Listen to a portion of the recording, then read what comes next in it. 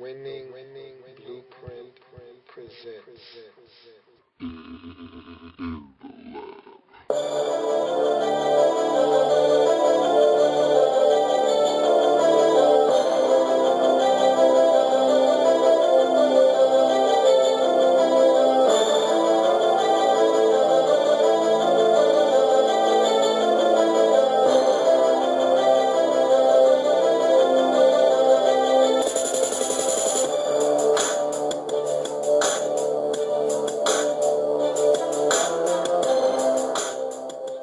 In the lab room. Welcome. You are in the lab room on this terrific Tuesday. I'm your host, Lou. Thank you for joining me. And Happy New Year's to you all. Hope that 2012 was a very successful year for you. And even more so, I hope that 2013 is even better for you moving forward. Hope that you and your family brought in the new year the right way, and hopefully 2013 is a year of success and health and wealth for you and your family. Thank you for joining me on the program. A lot to get to today. I told you that I wanted to spend some time talking about the coaching carousel and how it's been going around and around and around and around. Yesterday was Black Monday. Coaches were fired, pink slips were handed out, walking papers were given. Not just the coaches, GMs as well. And so there's a lot to get to. All in all, there were 7 coaches fired. And I don't know about you. In my recent memory, I can't remember a Black Monday having so much carnage and so much destruction in its aftermath. When's the last time you've heard of 7 coaches fired on Black Monday? Now, it might have happened 3 years ago. It just doesn't seem like 7 coaches get fired every year. Seems more like 4, maybe 5. 3 or 4 are going to be fired. 5, that's a lot. 7? Whew! A lot of coaches being shown the door. But some of them I thought could have gotten another chance. Others, they needed to be shown the door and quickly. For others, it was just time to go. And so let's go over these coaches, go over these GMs that were shown the door, and talk about what their next moves might be and who might be filling the vacancies that now are left by these coaches and GMs who've been given the pink slip. So we start in Cleveland. Let's start with the Browns. Pat Shurmur and Tom Heckert were fired. Tom Heckert is the GM. Pat Shurmur is the head coach, or was the head coach in Cleveland.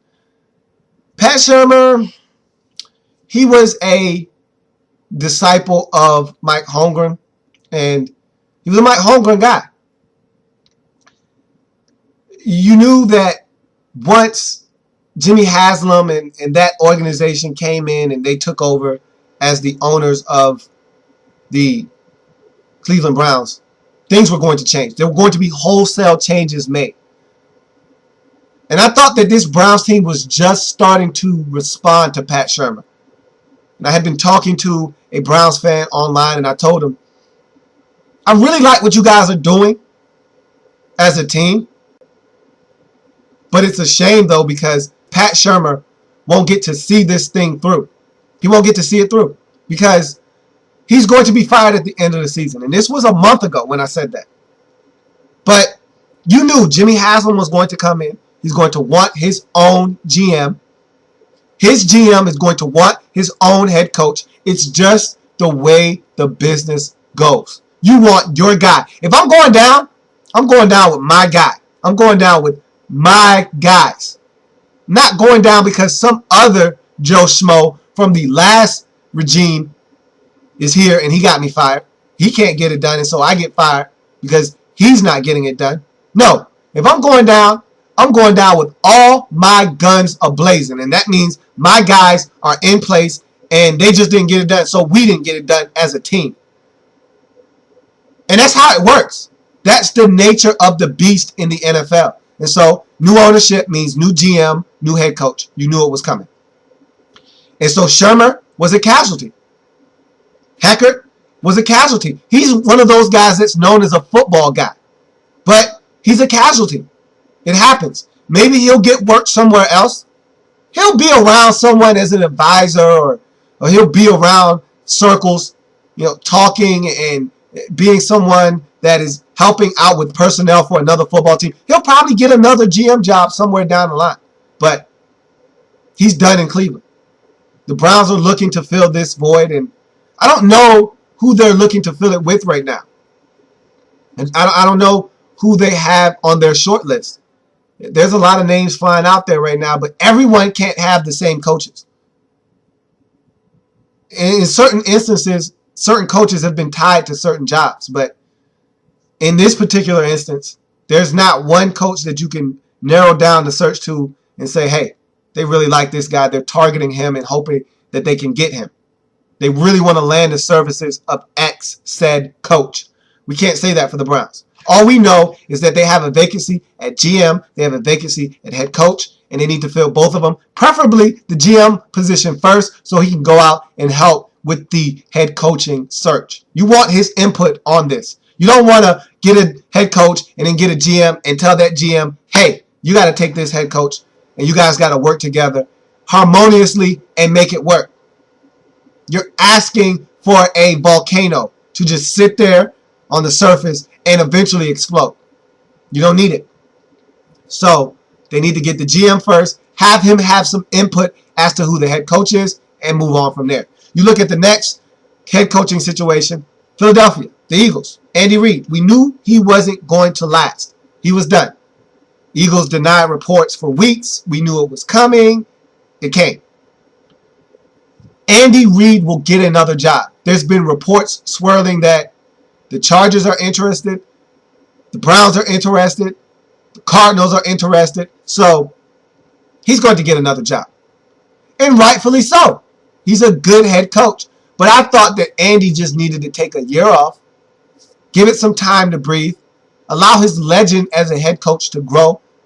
Every time one of these long-tenured head coaches takes a year off, he's the new hot name that everyone wants to be their head coach. Every franchise wants that guy as their head coach. And Andy Reid would have been that guy next year. But he doesn't want to wait. And again, I think Andy Reid is one of those coaches that he needs football. He breathes, eats, and sleeps football. He needs it. He needs football to function, especially with his son passing away. It's a coping mechanism for him. Takes his mind off of things that might make him drown in his own sorrow. I need to coach football. That's the type of guy Andy Reid is, and he'll get another job. He's a good head coach. I'm thinking he's going to land in San Diego or Arizona. If I'm him, Chicago or Arizona is where I want to be. That's where the most talent is, if you ask me. And you can throw Kansas City in the mix, but I think Kansas City has their eyes set on one coach and one coach only. We'll talk about that a little bit later. The next team up on this coaching carousel is the Chicago Bears. And the Chicago Bears fired Lovie Smith. Now, maybe Lovie Smith deserved to be fired. Maybe he didn't.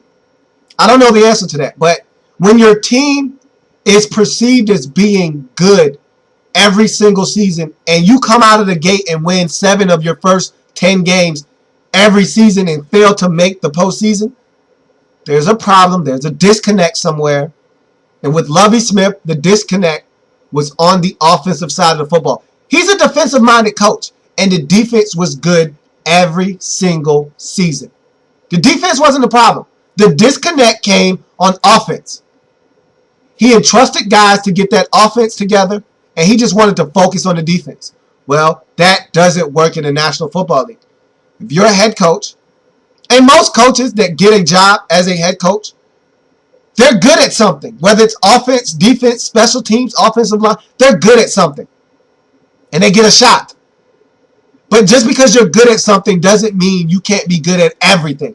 As a head coach, it's your job to make sure that your team is good at everything. You want whatever you're good at to be great. If you're the defensive coordinator that gets a head coaching job, you want your defense to be great. because that's what you're known for. If you're an offensive coordinator, you want your offense to be stellar because that's what you're known for. You're an offensive coordinator. You're an offensive mind. You want your offense to shine. But your defense still needs to be good or you'll be at home come postseason time and you'll be on the street at the end of the season after not making the postseason 3 years in a row. So you have to have the pulse of your team. Offense, defense, and special teams. And Lovie Smith always seemed to have the pulse of his defense and special teams units, but his offense always seemed to be lagging behind. And that's why he got fired. Now the Bears, they're a good team. They have Jay Cutler at quarterback, Brandon Marshall out wide, Matt Forte at running back. You still got Lance Briggs and Urlacher and Charles Tillman in that group holding on defensively. They need a coach that can look over the whole franchise, over the whole team, defense, offense, and special teams. Get the most out of everyone. Devin Hester and the special teams unit did nothing this season. That can't happen.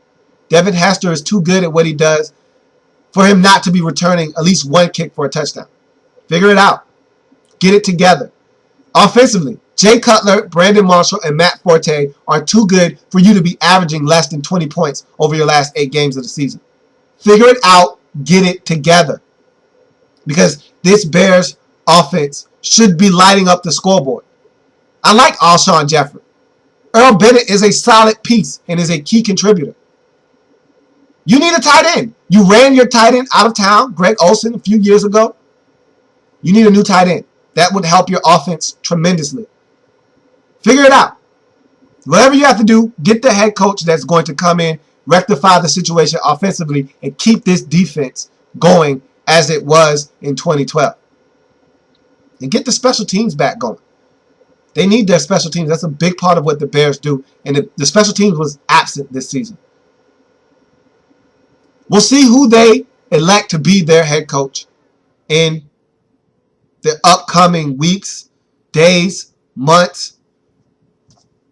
And we'll find out who the next Chicago Bears head coach will be. I'm not sure if firing Lovie Smith was the right move or not, but he'll get more work.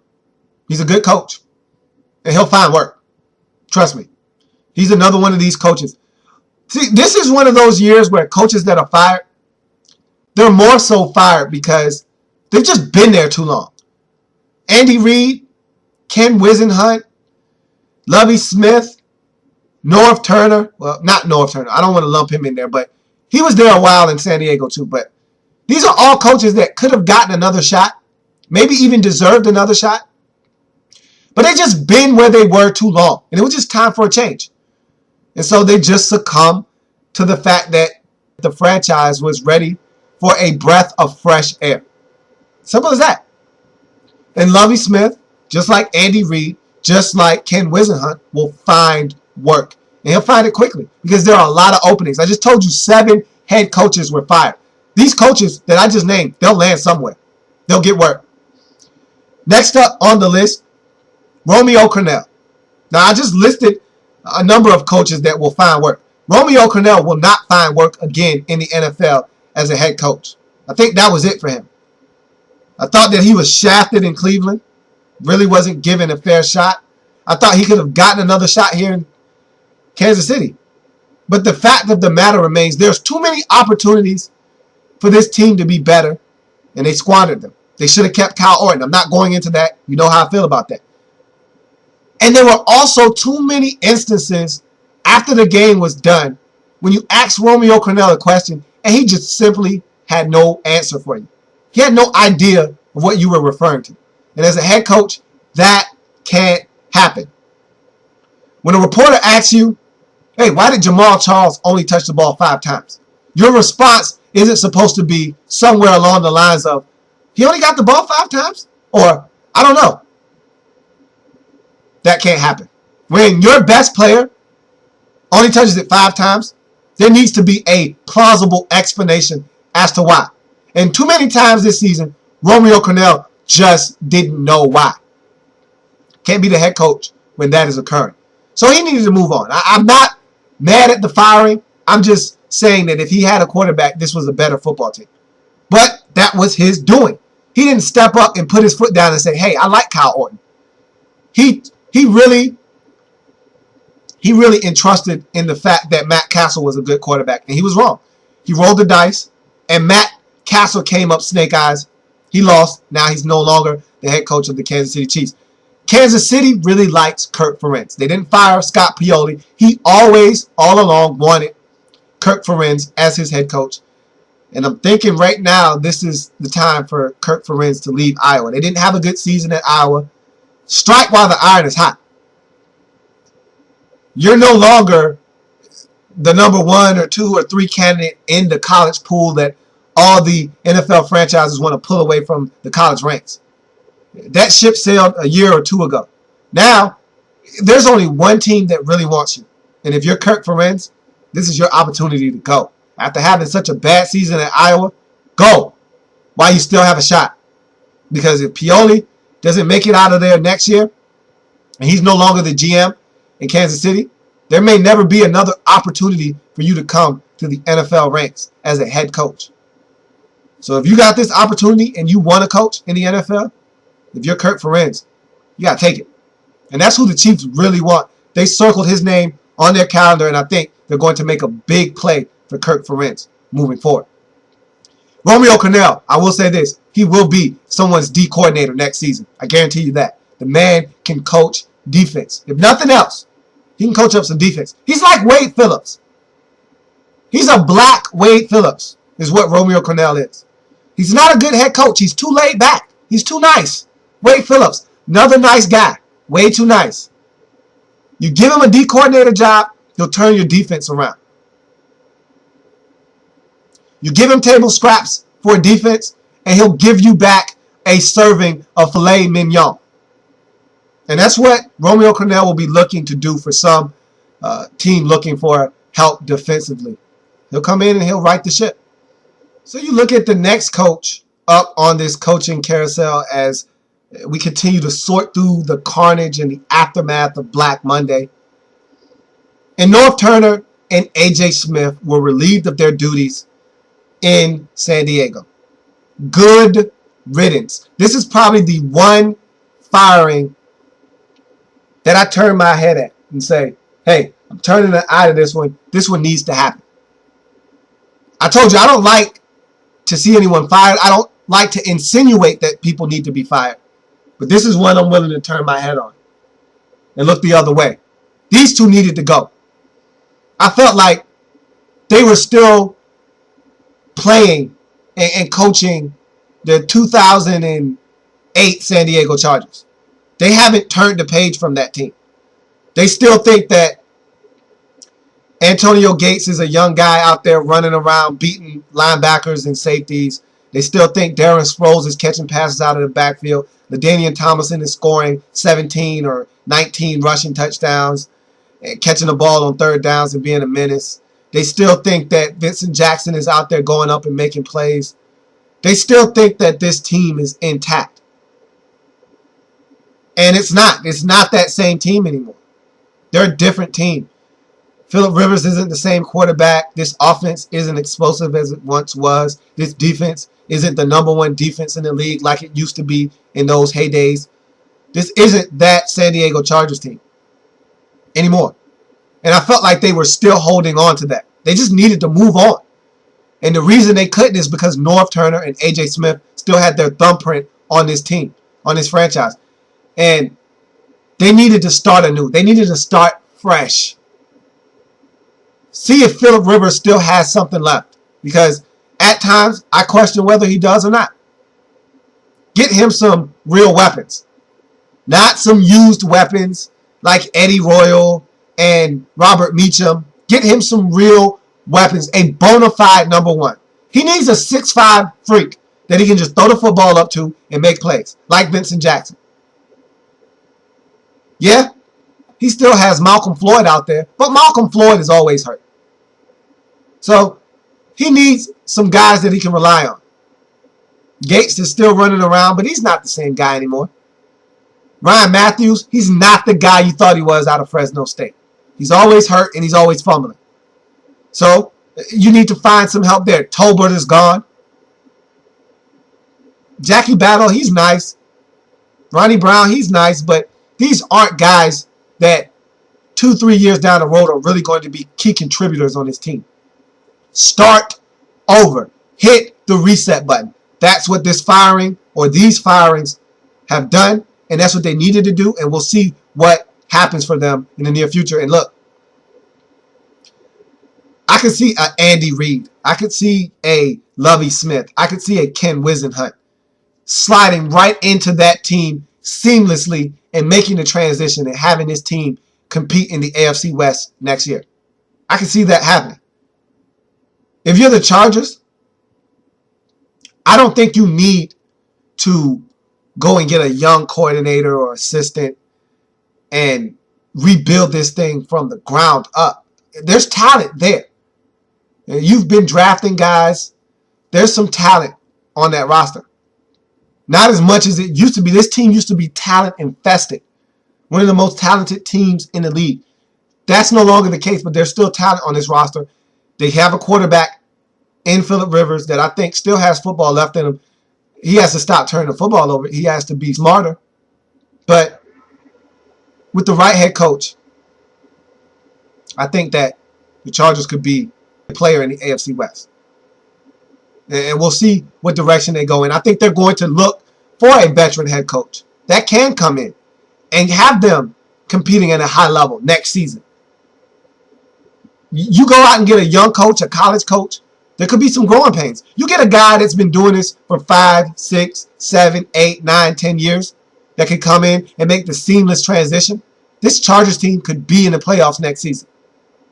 And I think that's what the Chargers will look to do.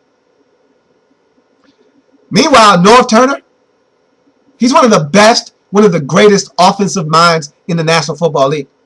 Troy Aikman swears by him. And I know why. He's a great offensive mind. He got Alex Smith to look like Alex Smith before Alex Smith looked like Alex Smith. When Alex Smith looked like a bust, who came in and made him look like a salvageable project? It was Norv Turner. This guy can coach him up. He can coach up offense. And so he'll be someone's offensive coordinator again, and he'll do such a good job. He'll tempt someone to want to give him a head coaching job again. But I think this is the last time we'll see Norv Turner on the sidelines as a head coach, as a head man. Haven't we learned our lesson enough to know that he's a great offensive coordinator? That's where it ends. I think this is the last time we'll go down this road with him. But he's going to be on someone's sideline, if not this year, next year, as someone's offensive coordinator. Because he's too good at what he does to not have a job. Simple as that. Now, A.J. Smith, can't speak for him. Not sure if he'll get more work or not. I'm just not sure about A.J. Smith. He ruffled a lot of feathers. I just don't know about A.J. Smith. His personality is one that can rub people the wrong way. And I'm just not sure if he'll get another job or not. He probably will, but I'm not sure about A.J. Smith. Next, we find ourselves in Arizona. Ken Wisenhunt, Rod Graves, both fired. Head coach and GM. Really don't know how I feel about this one because I thought that Ken Wisenhunt got a raw deal. He's a good coach that when he's had the weapons, mainly at the quarterback position, he's had this Arizona Cardinals team threatening to do damage in the NFC. You take his quarterback away, you give him scraps, that's the result you get. And so I don't know if he really deserved to be fired. I would have loved to have seen him get one more opportunity with a quarterback in Arizona. But it didn't happen. And Rod Graves, he had to go as well. So they're going to start anew in Arizona. Fine. I don't have a problem with it. I just thought that Ken Wisenhunt changed the culture of this franchise. When Ken Wisenhunt took over, the Arizona Cardinals were losers. They didn't know what winning was about. And he took them to their first ever Super Bowl. And this is the thanks he gets. He doesn't get a chance to rectify this situation. Thought that he just got a raw deal. But look, that's the name of the game in the NFL. It's a business. And if you don't get it done and the expectations are high, and I think what really got him fired was the fact that they started 4-0 and then reeled off 9 straight losses. and looked bad in doing so. I think that's what cost him his job. Had they started the season off 1-3 and there were no expectations, maybe he's not fired. Maybe they realized sooner that, yeah, this team is bad and our quarterback situation is a mess. It's not Ken's fault. But when you start off 4-0, then you lose 9 straight with the same players that you were 4-0 with, organizations take offense to that. Hey, what's the difference between now and then? You were 4-0 with the same quarterbacks, same offense, same defense. What's your problem? Ken Wisenhunt didn't have an answer for that. The quarterbacks got injured and they regressed as the season prolonged. So, Ken Wisenhunt is a good coach and he'll find work. The Cardinals, they're another franchise that I think they don't need to start over. That defense is talented. Patrick Peterson had 8 interceptions this season. This defense forces turnovers. They're a very talented defense. Offensively, you got Larry Fitzgerald. I like what Roberts is doing. I think that Michael Floyd, with time, will be better. There's pieces there for the Cardinals to work with. That offensive line, it's a mess. That quarterback situation, it's worse. But you put the right coach in that situation, and I'm hearing talks that Andy Reid says he can fix Kevin Kolb. I don't know about that one. Kevin Kolb is Humpty Dumpty.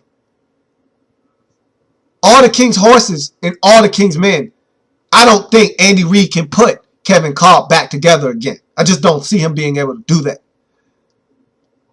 Kevin Kolb is damaged goods. And if Andy Reid thinks he can work a miracle, by all means, go right ahead. Don't you get yourself fired in Arizona trying to work a miracle, though. Don't do it. Don't you do it. But I think the Cardinals, they're targeting a veteran head coach. And rightfully so. There's talent. There's a win-now mentality for a lot of these teams. The Chargers, the Cardinals, the Bears. They have talent to win now. They just need, in some instances, a quarterback, and others, a good head coach. And in this instance, it's both. They need a good head coach and a good quarterback. And we'll see what they decide to do. There's a lot of noise about Chip Kelly going around. A lot of teams are interested in him. The Browns, I've heard, are interested in him. The Eagles are interested in Chip Kelly. So are these Arizona Cardinals. Andy Reid's name has been tossed around as a candidate for the Cardinals. So we'll see what the Cardinals decide to do. It's going to be interesting because if Chip Kelly were to get that job, whoever hires Chip Kelly and they need a quarterback, what does Chip Kelly do? Does he try to bring that quick, no-huddle, run-and-shoot type offense to the NFL? Will it work?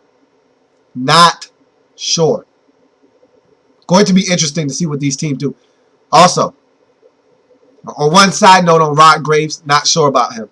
Not sure. Not sure about Rod Graves getting another opportunity again. I'm not really sure about him. He'll probably end up somewhere helping someone out. Maybe he'll get another opportunity. Because, again, with these GMs and in football, these guys stay around. They don't just disappear. They don't just go away. They're football guys. This is what they do. This is their life. Football is what they do. And so he's not just going to go away. It's Rod Graves. So he'll find somewhere to be. But I don't know if he'll get another GM position or not. You look at the last of the 7 head coaches to be fired. And it's Chan Gailey in Buffalo. Now, Chan Gailey, he's an offensive guy. The thing about the Bills' offense and Chan Gailey and that whole situation that makes you shake your head and kind of scratch your head is that this Bills' offense is an enigma. One week, they're scoring 35 points against the Patriots in New England. And the next week, they can barely scratch the surface against the Dolphins. You just don't know what you're getting from week to week from this Buffalo Bills team. You just don't know. And offensively, they can be as high-powered as anyone in the league when they're efficient and when they're on. When Fitzpatrick isn't sharing the football, when Stevie Johnson is catching the ball and doing more talking on the field than with his mouth. Scott Chandler is being a nuisance over the middle of the field at the tight end position. You get a dabble of Fred Jackson with a lot of C.J. Spiller. They're dangerous. But it seemed like at times Chan Gailey forgot that C.J. Spiller, or maybe he just didn't know that C.J. Spiller was his best player. If I'm Chan Gailey, C.J. Spiller is touching the ball 22 times a game, minimum. We're talking about 3 times out at receiver. We're talking about 4 times as a pass-catching back in the screen game or out in a flare route or out in an arrow route. We're talking about touching it another 15 to 17 times in the run game. We're talking about him being an absolute threat to score from any part of the football field in any capacity. And sometimes he got lost. How do you lose the best player on your team? The one guy that can make a difference? The one guy that when he touches the football can score from anywhere on the field? I don't know. And those are the types of questions that you ask yourself and wonder, is Chan Gailey the right man for the job?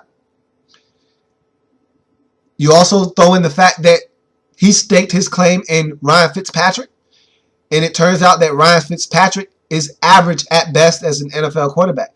When you guess wrong on an NFL quarterback and you put stock into that quarterback, you're going to be fired.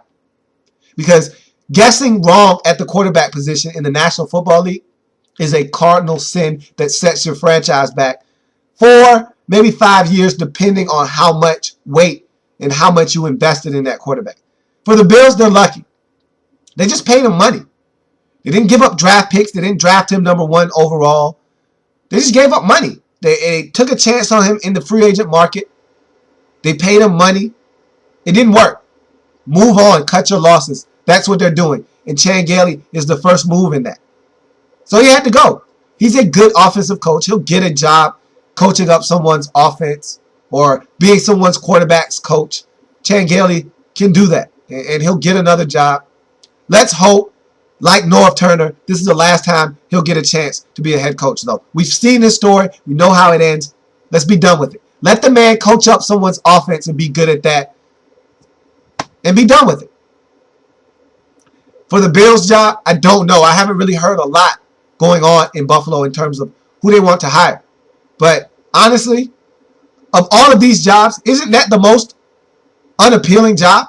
Isn't that the least appealing job, though? When you look at the slate of jobs available, I'd go to Cleveland before I go to Buffalo.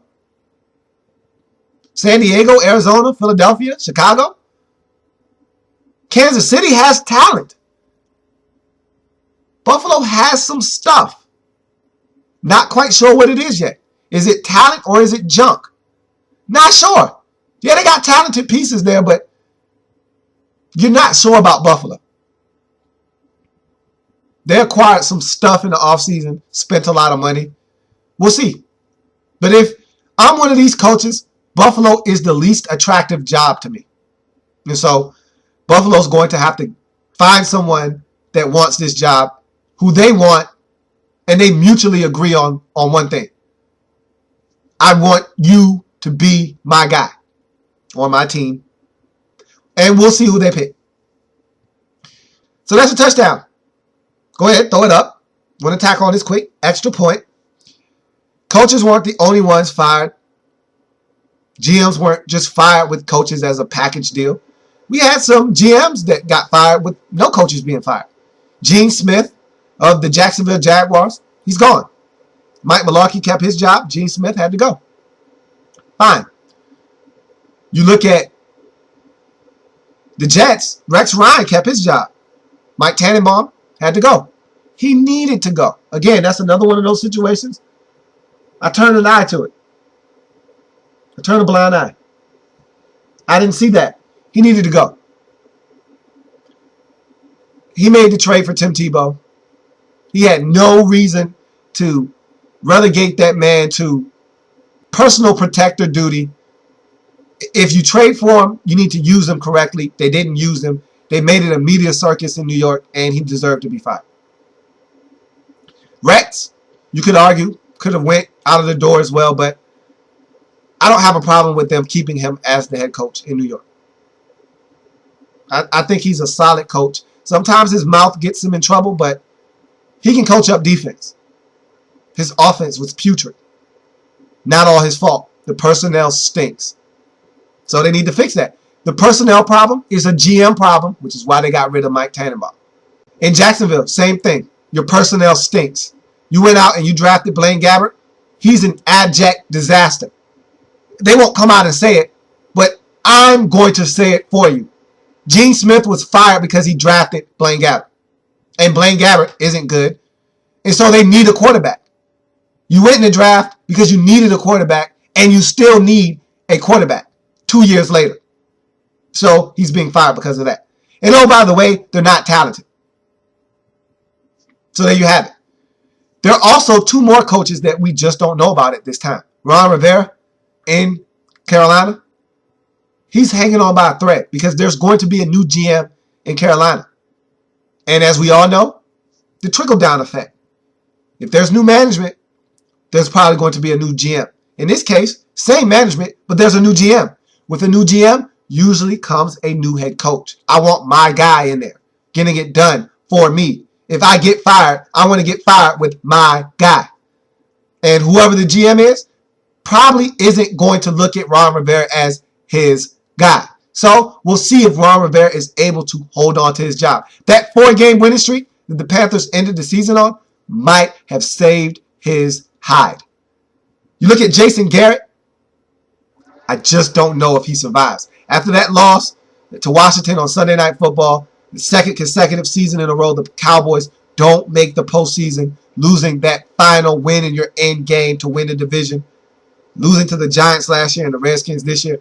Don't know if Jason Garrett survives this one. I just don't know. And frankly, talking to a lot of Cowboy fans, they don't want him to survive. They think he's too laid back and that they need a disciplinary coach. And so I don't think Jason Garrett's going to survive. And listening to Jerry Jones talk, I don't think Jason Garrett will survive. I think Jason Garrett is a guy that has potential to be a good offensive coordinator in this league. Sometimes I think he doesn't do the things that he needs to do to help his team be put in the best position to win. But that doesn't make him a bad offensive coordinator. That makes him a bad head coach. And so I think he might not make it out of this thing. But we'll see. That's the beauty of all of this. Guys get fired. GMs are fired. Guys are hired. GMs are hired. And we all get to watch it play out. Because hiring the wrong coach, just like drafting the wrong quarterback, can set your franchise back 3, 4, 5 years. This is a big decision. Hiring the wrong GM, just like the coach, just like the wrong quarterback, can set your franchise back 3, 4, 5, 6 seasons.